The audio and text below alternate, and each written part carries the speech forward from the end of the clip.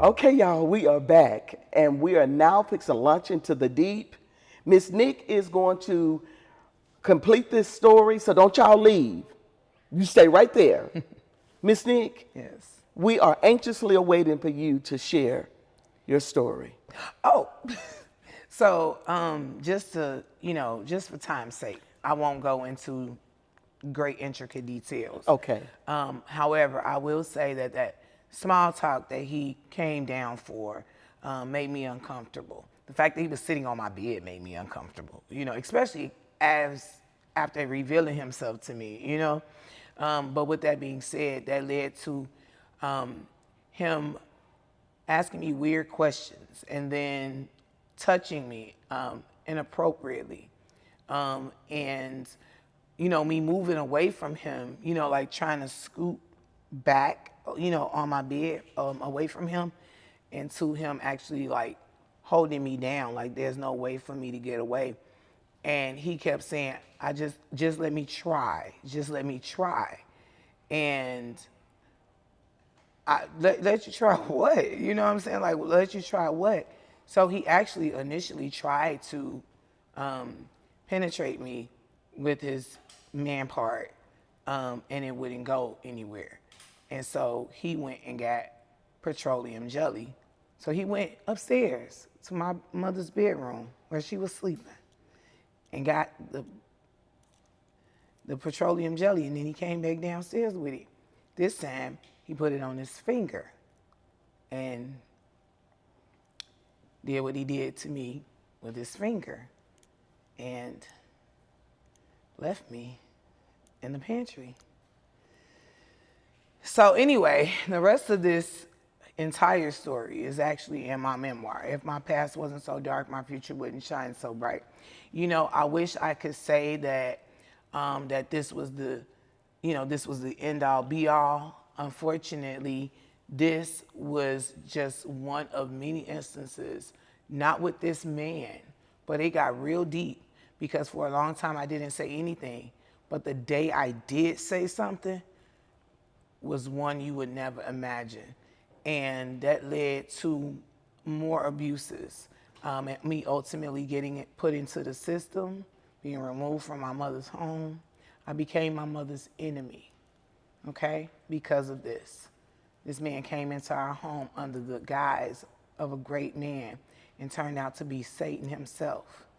And because of all of the traumas that was inflicted on me over these years, I've decided that it's time to go on my healing journey. Yes. And figure out what in fact is going on. I met a man, an amazing man, who I have married and have been with now for 18 years. And I had to find out why I didn't love him like he loved me. It didn't make sense. I had children with another man. You understand what I'm saying? Yes. And this man actually loved me, and I don't know why he did. Why? I needed to find out why I wasn't lovable, why I felt like I wasn't deserving of love. And that sent me on a personal journey. Yes. To figure out where this all comes from. And it all stems back, and it went deep, and it went dark, and this book came out of it. And ever since I published this book, I have been on a healing journey. But not only that, I've been on a journey to motivate and inspire and to be the voice of the voiceless victims of abuse, because I realize that so many of us are still captured, and we are still holding that other person's problem. That's not our trauma to carry. It's not our issue to hide. And within hiding all of these things, we're allowing these people to go out and victimize. One thing came to my mind was because I didn't say anything until I did, that he has moved on with his life and probably done abused many, many other children. He probably don't even remember me. You understand what I'm saying? He has to, because he has children by my mother. But you understand what I'm saying? I do. Like he done did what he did and done moved on. But I do want to make sure I say this. This man told me, he literally told me, the reason he did what he did to me was because a man and a woman did it to him. He gave me an explanation to why he did what he did to me. Now you take that and you leave that on a 7 to 8 year old girl and do what? He came in and turned our entire life around. He literally ripped my family apart. And to this day, I am blamed. To this day, to this very day, my mother holds some level of hatred in her heart for me. Despite how she acts, despite the front she put on, she hates me. All for a man who came into our lives and turned it upside down. Well, listen, your story, your truth is amazing. Thank you. And you are a beacon of hope. You are light in darkness. Mm-hmm. And your announcement is silent no more. Never. Because if you don't speak, there will be many that will stay bound. Mm-hmm. Because you survived, not for you, but for the many that are still in prison. Yes, ma'am. You make surviving look so good. Well, thank you. Yes, ma'am. You look good too. I appreciate it. Yes, ma'am. And you know, as we cling together and we walk on this healing journey, we will not be silent. Mm-mm. From the rooftop, we will say it loud and proud. We will expose the predator. Mm-hmm. We will expose the enemy. Yes, ma'am. You know, God is very strategic when it comes to choosing the people that he trusts. And one would say, well, how in the world would you say God has chosen you and you're going through pain and you're going through that? Well, he went to the cross. Mm-hmm. So we're considered sacrificial lambs for many, many, many, just like Jesus. Mm-hmm. Thank you. You're very welcome. Thank you. Thank you for gracing the stage with your story, with your truth. Yes, ma'am. Thank you for calling it my truth. It is, honey. It is. Nobody can say anything different. Everybody got a story, mm-hmm. but they ain't got yours. They sure don't. So, when I say my mother became my enemy, I mean that quite literally. My mother was not. She didn't allow. I don't know where she was. She was in the house, but I never saw her. And so it got to a point where he started isolating my mother from everybody. Everybody. Like, so now my mama. So we live in Altgeld Gardens. That's the projects. You know, on 130th, on the far south side of Chicago. Okay. Everybody live in row houses. You know what I'm saying? You know what I mean? So my grandmother. So we in Altgeld we go by blocks. So it's block 1, block 2, block 3, block 4, you know, all the way to block 15. Then there's no block 16, then there's a block 17. Does that make sense? Okay, cool. No, I take that back. There's no block 14, but there's a 15 and 16. Okay, anyway, so we lived in block 7. My grandmother lived in block 3. My aunt lived in block 17. This is important because I went to, so there's 2 elementary schools right across the street from our house in block 7. But when I started, you know, kindergarten, I started when we lived with my grandmother in block 3. So I went to Aldridge Elementary School. Now, Aldridge is in block 3. So that means that I have to pass my grandma's house every single day to go to school. Understand context, right? Every day I got to pass grandma's house to go to school. Every day. I'm a grandmama's baby. You know what I'm saying? So every day I got to go past. It used to be no problem, you know what I'm saying, for me to stop by grandma's house if I had time when I'm on my way to school or when I come home from school. All of a sudden, my grandmother and my mother get into it, you know, or actually is my grandmother don't like dude. I don't know why. I don't know what the falling out was about or whatever the case may be, but now I can't go to my grandmother's house anymore. So it gets to a point now, I'm 8, 9 years old, you know what I'm saying? So this is what I used to be able to do. Now I can't do this no more. So one day, I'm going to school, and my grandmother she can see me out her blinds, you know, and so she you know, she calling my name. Imagine hearing your grandmother, your favorite person in the whole world, Monique, you know, and I gotta walk past my grandmother like I don't know her, like, you know what I'm saying, like. Imagine that, you know what I'm saying? Because I'm told if I stop, I'm gonna get my, you know what, beat. You know what I'm saying? So now, this was something that I really wish I would have made sure I pointed out in the interview. I grew up in what goes on in this house stays in this house. That was a rule he put in place. I never heard that before he moved in our house. I never heard that before. So listen to the level of manipulation. I never heard that before until he moved in our house. What goes on in our house, stay in this house. You know what I'm saying? You don't tell nobody what go on in this house. That was a rule he put in place that he enforced through my mother. Okay? So, grandma calling my name, I gotta go. I gotta keep going. I go to school. I get out of school. I gotta come back past grandma's house. Grandma standing on the porch. Nikki, come here. Come here, baby. And I'm telling her. So the first time she do it, I go over there, I go see what she want because, I know they said I was going to get in trouble, but, whatever. So the first time I actually go over there, I don't remember what, she asked me a couple questions or whatever. She didn't keep me very long. And then, I left and went. My mother knew that I stopped. I don't.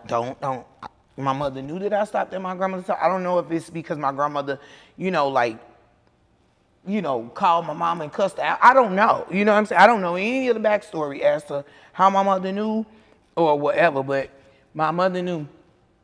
So when I got home, my mother beat me because he told her to.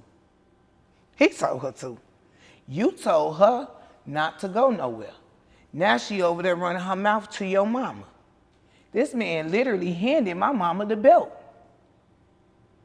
and told her when to hit me as he's asking me questions. That was the first whooping I ever got from my mother. A pure beating at the hands of this man. He orchestrated it. He directed it, produced it. Okay? Was that before the sexual abuse? This was after. So, but I hadn't said anything. You understand what I'm saying? So I still haven't told nobody. Now, you just said something that just blew my mind open. Now I know why he turned her against me. Because he was afraid I was going to say something. That's why he stopped me from going over my grandmama's house. It never made no sense until right now. I never understood why I wasn't allowed to go to my grandmother's house. I just felt this was part of his manipulation and keeping her isolated from everybody because that's what he was doing anyway. I know. You understand what I'm saying? But now I know. He didn't want me to tell my grandma. That's why. So, needless to say, you just had an aha moment. I sure did, and I'm sweating because I'm pissed. And a breakthrough. It has never dawned on me until right now. That's the reason why I was not allowed to go over to my grandmother's house anymore. That's why. Because they know I'm going to tell my grandma because I'm comfortable with my grandmother. You know what I'm saying? They know I'm going to tell my grandma. Well, joke's on his ass because I told her anyway. But not then. Not then.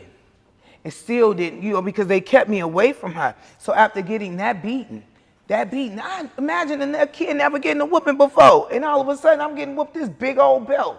And this man is telling her, hit her again, she lying. Hit her again, she lying. I swear.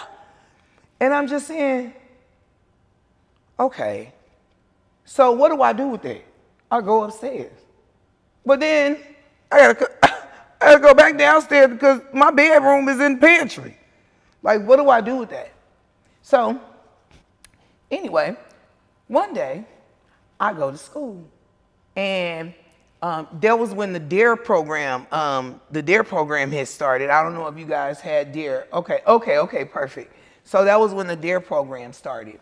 One of the officers came to the school and wanted to talk to us about stranger danger. First time anybody had a conversation with me about good touch, bad touch. It was the DARE person that came, stranger danger. So she was talking about good touch, bad touch, and literally said, most children are assaulted by somebody they know, either a family member or a family friend. And when they said that, I sunk in that seat and cried because I knew what I knew. You know what I'm saying? Well, that day, I was supposed to, this was actually something I already orchestrated. I was supposed to go get my hair washed by my grandmother. So I made it in my mind, I'm going to tell grandma. I'm going to tell grandma what happened. So they had me at my auntie's house, who also lived in Block 3, but she lived across the parking lot from my grandmother. So that's where I was. And my grandmother was washing my hair. And I just told her, I said, Mama, I said, I got something to tell you. She was like, go on and tell me, baby. I'm like, no, this private. I want to tell you about yourself. Because my cousins, were kind of like running around and. And so she was like, can your auntie come in the room? No, I just want to tell you. I don't want to tell nobody else. And so we went upstairs, and they convinced me to let my aunt come in the room, and I told my grandmother what happened. And my grandmother said, I effing knew it. That's the first thing came out her mouth was I knew it. And then she went downstairs, and she called my mother. She called my mama name. She said, I need you to listen to your daughter. And then my grandmother, now I was petrified. I'm like, oh my, whoa. And I kept telling my grandma, she not gonna believe me, she not gonna believe me, she not gonna believe me. And I got on that phone, and my grandmother said, you gotta tell her, Nikki, you gotta tell her. So I got on the phone, and my grandmother said, all I need you to do is listen. And so I told my mother what happened. He was sitting right next to her. First thing she said was, you a lying bitch. You must have wanted it. I'm 9. My mom never talked to me like that before. Your best friend. My best friend. Never talked to me like that before, ever. Other than that whooping that he orchestrated, I never even got a whooping before. So imagine somebody who used to love you to death, used to be your best friend, your confidant, the one who, told you everything, all her secrets, to now being somebody that I don't even get to see in the house. You know what I'm saying? And now she beating on me. You know what I'm saying? Now she on the phone telling me that I'm a whore and I wanted it and I was lying. She accused me because he is telling her this stuff. She accused me of saying those things because he didn't give me pizza like the night before some shit. I made up this whole grand story because he didn't give me pizza the night before. I'm like, are you kidding me? You really think I'm about to... First of all, this been happened. You know what I'm saying? I'm just now seeing something. This been happened. What you mean? It's unfathomable but when you now, hindsight, of course, now being an adult, you know what I'm saying? Like when you in that trance of lust, because it wasn't love, when you in that trance of lust and then you're being manipulated by a master manipulator, your brain already vulnerable. So you already, you know what I'm saying? You got a lot going on. And so my grandmother didn't let me go home that night. My grandmother got on the phone, cussed her clean out. They was arguing like it was nobody's business. Like she just could not believe it. She could not believe it. And so I'm gonna wrap it up by telling y'all this. Eventually I had to go home, right? And whatever. People pretended like everything was good or whatever. He was still there. He was still there. He was still in the house. I watched this man beat his own child out of my mother. She miscarried in our living room on the floor because he beat that baby out of her. Okay? I watched this man put my mother through hell. I watched it. I watched this man burn my mother's welfare check because she wouldn't give it to him so he could buy himself a car. I watched this man do all kinds of horrific shit to my mother. I watched him do all these things to her. I watched it. I was there. I seen him beat her with an iron hanger. I watched it. I was there.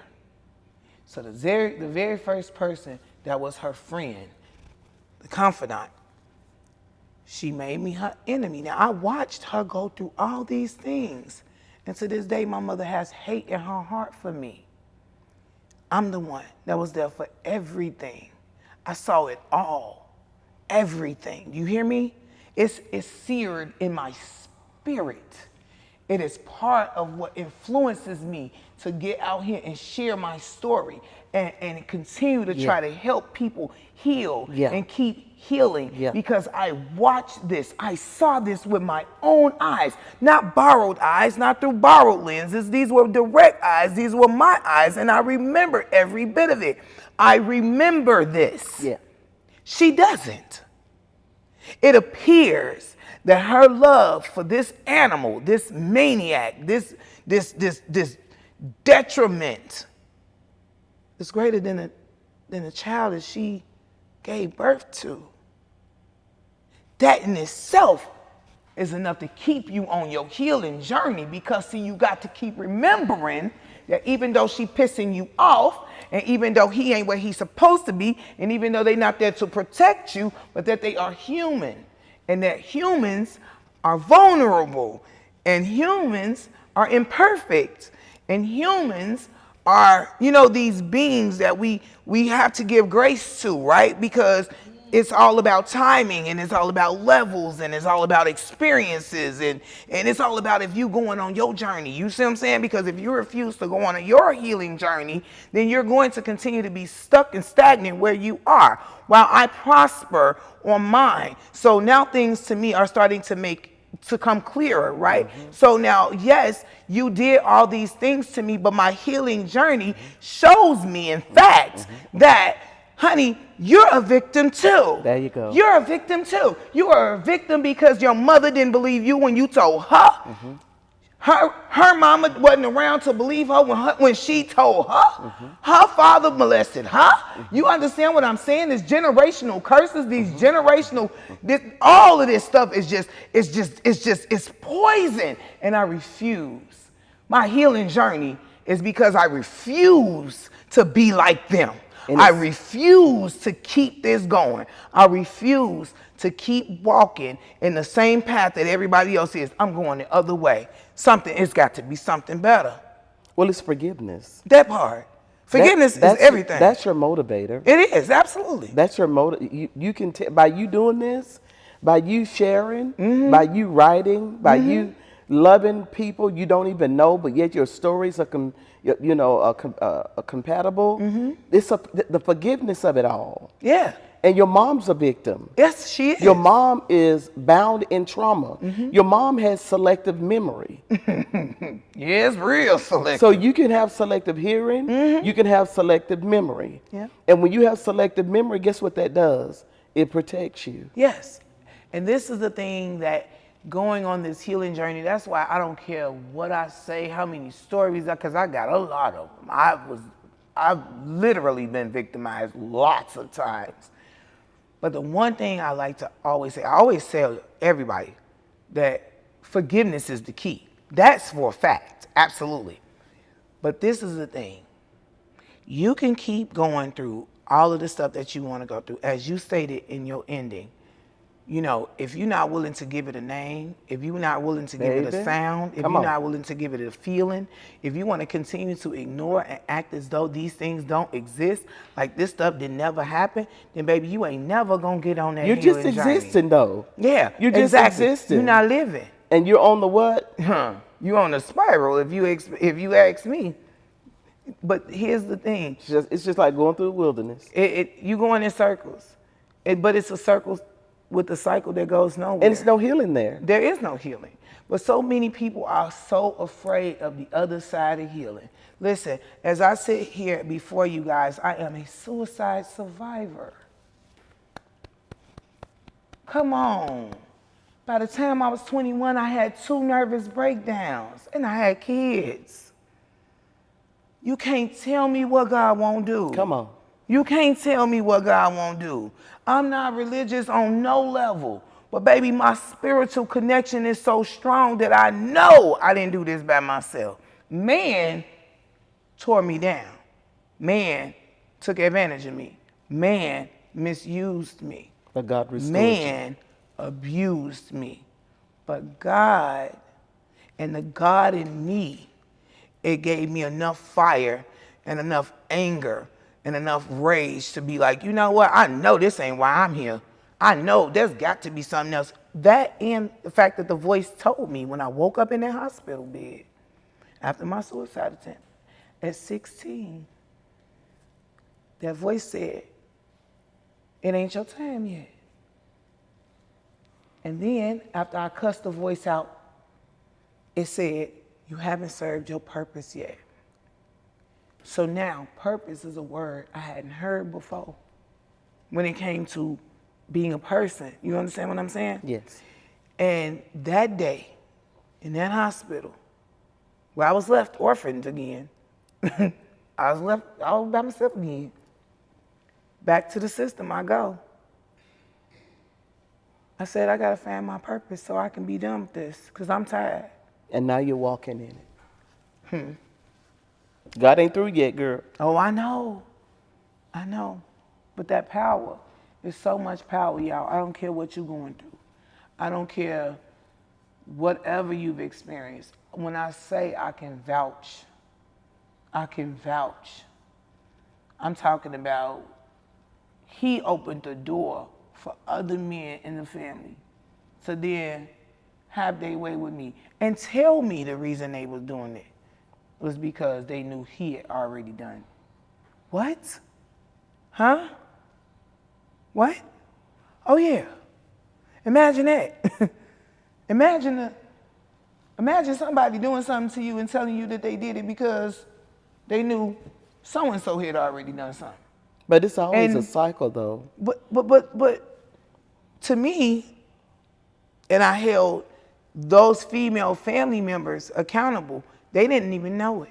They didn't even know that I held a level of hate in my heart for them, because these were their boyfriends, and the only reason why they did what they did was because they pillow talking about what went on in my mama's house to me.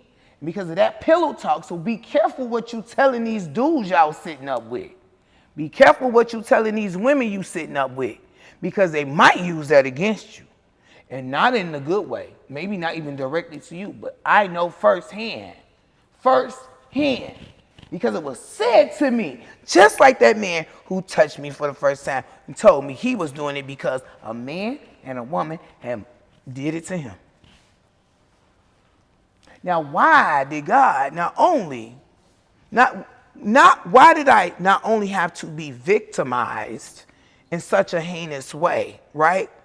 But why did it put the spirit of honesty on them to tell me why they did it? As though it's justification. As though it's justification as to why you're doing it. No, it's called narcissism. You know? That's just narcissistic. Did you know that narcissistic people don't lie? They tell the straight, it's like, that's the abuse talking. That's the trauma talking. You know what I'm saying? Because God don't let nothing slip up on his people. That was truth you didn't have to search for. Right. He exposed his own demon by telling you, by being honest, he exposed a little boy that was traumatized. So thank you, and keep telling your truth. And sure will, ma'am. I have a phrase that I say I live out loud, and I have it written on everything on purpose. I live out loud because I was silenced for so long. Now this the kind of stuff make the devil mad, but we ain't sorry. We don't care nothing about that. The devil pissed at me. Well, that will be you and many other survivors that are smiling and grinning and standing tall. Ladies and gentlemen, you've been listening to Reveal and Heal Live, and you know, my motto is you can't heal what you won't reveal. You can walk around and you can just be any character that you choose to be. You can walk around and you can take claim to whatever storyline you want to be. But if you are not addressing your pain, if you are not addressing your trauma, you are living a lie. I'm Coach Deb. Remember to love yourself, love everybody, and be an example. Have an amazing day. You deserve it.